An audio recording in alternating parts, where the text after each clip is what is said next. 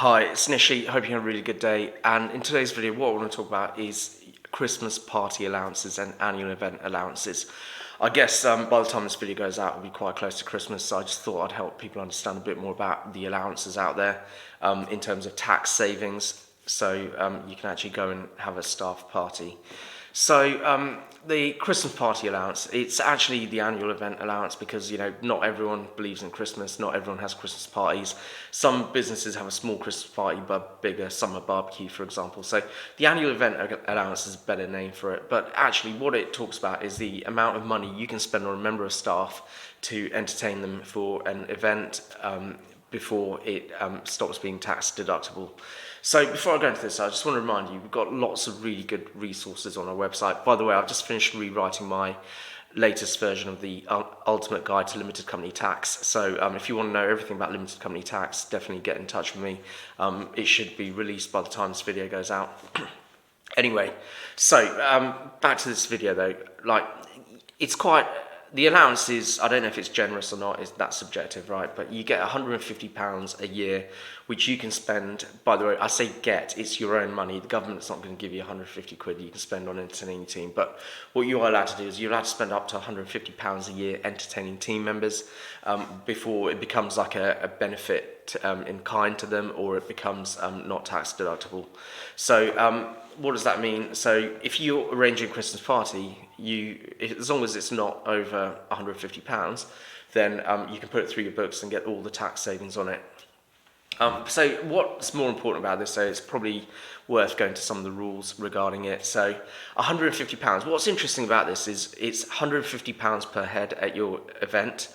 So for example, like if you've got a member of staff who's invited a family member or a spouse, then actually their spouse or family member also gets £150.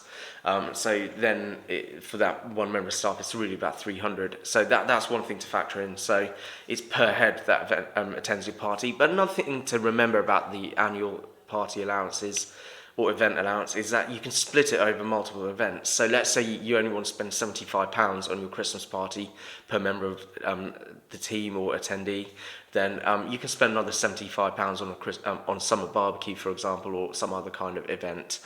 One other thing to remember is it's an all or nothing type of allowance. So if you go over, if your event goes over £150, let's say because you spend a bit too much money on the drinks or on the taxis home or the hotel, then actually what then happens is the entire thing's disallowable. So that's just worth factoring in as well.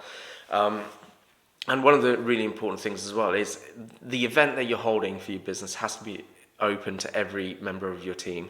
So you can't just have a management event and use that allowance. You can't just have one for a specific member of your team, one for a specific team, unless all of the teams get their own event. So that's also worth factoring in as well. So the idea behind it though is it means that you can actually spend money looking after your team at Christmas and making sure that they have a good Christmas party, and you will get that as a tax deduction, and you get that as a VAT deduction as well. So it's quite handy because once you got the VAT and tax back, it's almost like the government's giving you back 40% of it anyway. So definitely worth thinking about coming up to this Christmas. So if you've got questions about this or any other anything else like that, then just let me know.